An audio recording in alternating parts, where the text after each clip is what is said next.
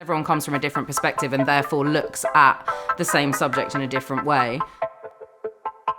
I'm Olivia Rose.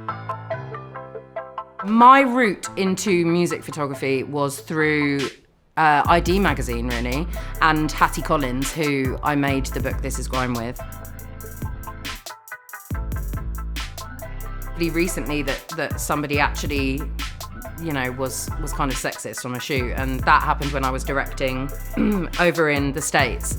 And it was a really bizarre and interesting process of, it was kind of like an overnight shoot, everyone's tired at 5 a.m, and my first AD said something to me like, "Don't get your panties in a twist."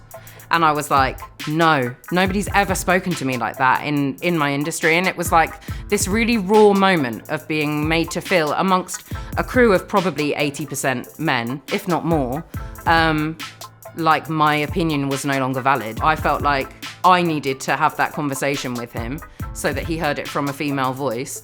And actually he was really apologetic and made a point the next day on the second day of the shoot to send me a text and say, "I'm gonna bring a different energy today." I think the Smirnoff Equalising music campaign is absolutely necessary. It is a campaign that has identified a problem and has been brave enough to say this is really going on in a world where I think it's kind of easier to pretend there's not a problem at all. I will offer a young female artist a free press shoot. So anyone who's out there who's, just coming up and doesn't have pictures of themselves to, hand out to labels or whatever it is you want to do with them, I will offer you a free shoot. So please get in touch. You can DM me on my Instagram.